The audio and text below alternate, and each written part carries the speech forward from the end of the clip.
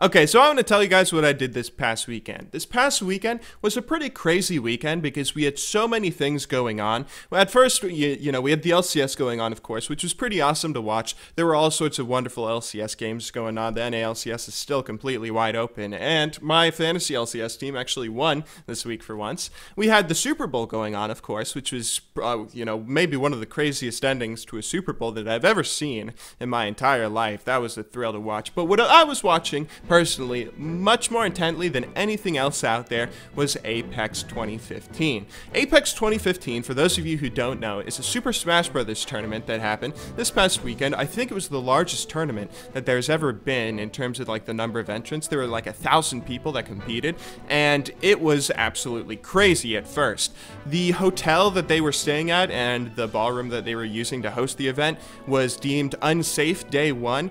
The fire marshal came and evicted the area because there was structural damage due to all the snow that happened in New England, all the blizzards and everything, which was absolutely insane. The community banded together, found a new venue, and then everything just sort of kicked off from there. We got to see some absolutely amazing sets being played by everybody from every game out there, which was really fun to watch. We actually got to see Sky commentate some of them, which was, you know, good job, Sky. He did a wonderful job commentating some of those sets. But what a lot of people were super excited for, maybe more than anything else, and what I was really watching intently, was the Super Smash Bros. Melee bracket. Now, when I say competitive Melee, a lot of people might have some preconceived notions about it. You might think it's a game where people only play Fox on Final Destination or whatever, which firstly is not true in terms of the maps. You know, there's a lot of maps out there that are played competitively, and Final Destination isn't even considered the most balanced one. People would say Battlefield is much more balanced. It's also untrue for the characters, though.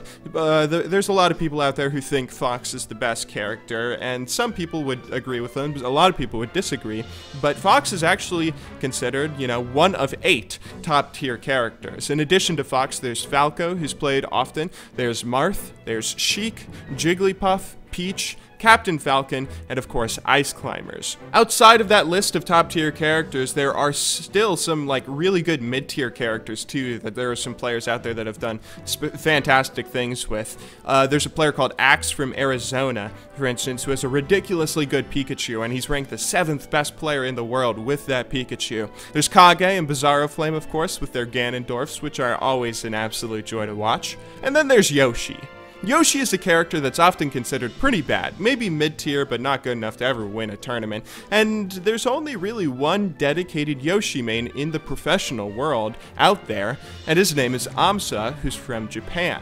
Now, it's really awesome when he comes to America to play in tournaments, since there's really no other Yoshi mains in the world. There aren't even that many people from Japan who still play Super Smash Bros. Melee, so most people were really excited when he managed to make it to Apex 2015.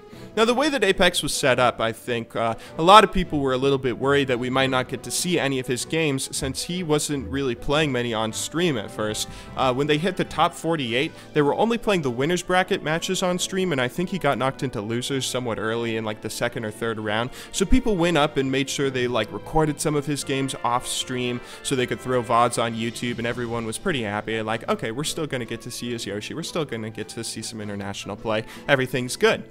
But then he kept on winning. A Yoshi main from Japan kept on winning and eventually made it into like the top 16, where they showed some of the losers bracket matches on stream, and when we finally did get to see him on stream, he played fantastically. There were a lot of top players out there and he beat all of them. Nobody was able to stop him. Before we knew it, he was 1 win away from getting in top 8. He wins. He makes it all the way to tying for 5th before finally getting knocked out of the tournament by Cloud9 Mango, the 2-time EVO world champion who only won after Amsa took him all the way to Game 5 and all the way to his last stock. It was an absolute thrill to watch. It made me even more excited for the next national that he's going to come back to America for. He's already taken some of the titans and gods of this game down, beating Ken, the king of Smash, beating Mewtwo King, and a whole school of others now. Amsa might be my favorite esports competitor to watch of any game, and he reminded me of 2 very important things this past weekend. Firstly, he reminded me any character any character can be good in a casual or competitive setting of any game out there if you put enough time and effort into learning their strengths and weaknesses. Ob's has been beating top players for a while. This isn't just a gimmick anymore, and it's something that can be transferred over to other games too. In a world where people are paid to win at video games, it's so much it's got to be easy for the top players out there to just default onto whatever the best strategy is that's going to give them the highest chance of winning that prize pool. And for everyone else, it's so much easier to copy their idols, the people that inspire them, and the people that they look up to, leading to like a very hive mind mentality where everyone only does play Fox or whoever they think is the best in Melee, where everyone only plays the champions that are always banned in League of Legends. To see the hard work and determination of someone who's put so much effort into an unorthodox pick like Yoshi in Super Smash Bros. Melee is so inspiring. It's ridiculous. Secondly, he also reminded me you don't have to sacrifice fun to play something competitively, and vice versa. You don't have to sacrifice your competitive side to play something for fun. When you watch this guy play, you're going to see one of two looks on his face. You're either going to see the Stone Cold Killer look as he's about to demolish another unsuspecting opponent and make another upset happen in a crazy bracket, or you're going to see absolute joy that he is playing a game that he clearly loves so much. It is an absolute thrill to watch this guy play. He inspires me to try and be a more positive, happy, and dedicated player in everything that I play, whether it's Melee or League, and I cannot wait until we see him at another tournament. I mean, damn, dude, look at some of these combos. It's one thing to perform this stuff against a level 1 CPU or something, but he's doing it against top players in the world, and his tech skill, oh my god, there's some impressive videos of him out on YouTube where he's just like wave dashing and wave landing onto platforms over and over, showing the movement